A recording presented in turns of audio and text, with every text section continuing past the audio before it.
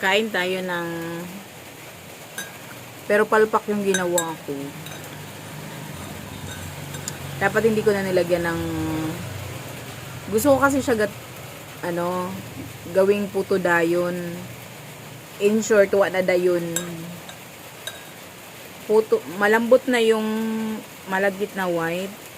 Nilagyan ko ng red rice. Ayan, muragwa siya na luto og lugitok siya.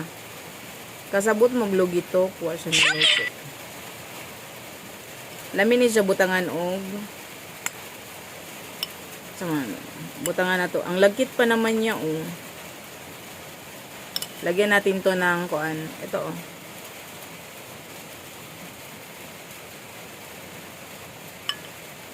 Lagyan natin to ng sikwati. Sa Hilongos, ganito, sikwati.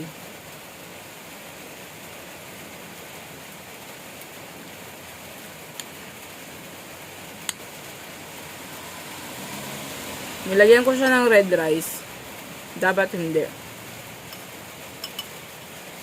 Nag-imbento pa kasi ako. Pero ang sarap ng malagkit. Sobrang lagkit.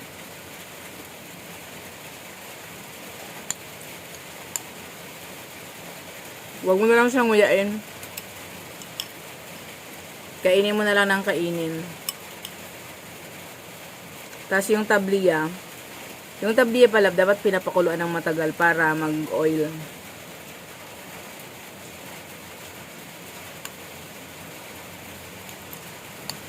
Nagsisi tuloy ako bakit ko nilagyan ng ng red.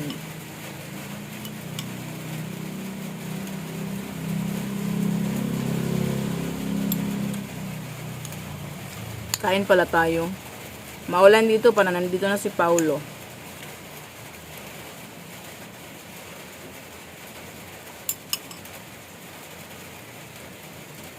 Pero konti lang niluto ko. Alam niyo ba kung bakit? Alam ko kasi na ako lang kakain ito. Diba?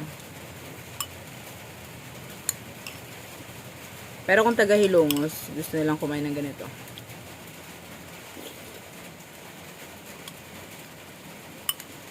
Di ba ako ng alok? Kain tayo.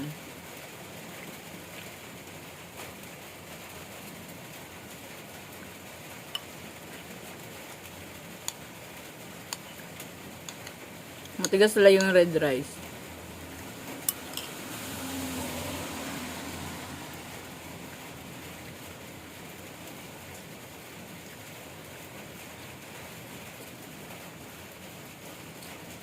Pero alam niyo, ramdam na ramdam ko yung tigas.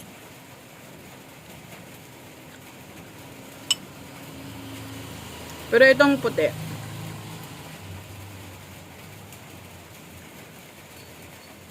malambot na yung puti.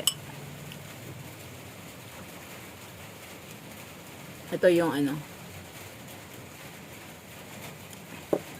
sarap. Lami kaadyo.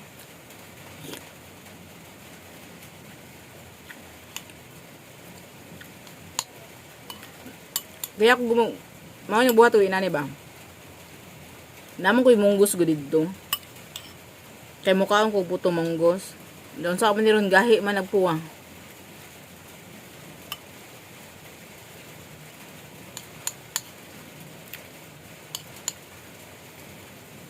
Di man siya as in nga gahi. Pero murag parte ng guulan, no? Kaya mukhaan mo gadang anak dyan. Masya di siya ganahan. Marathon.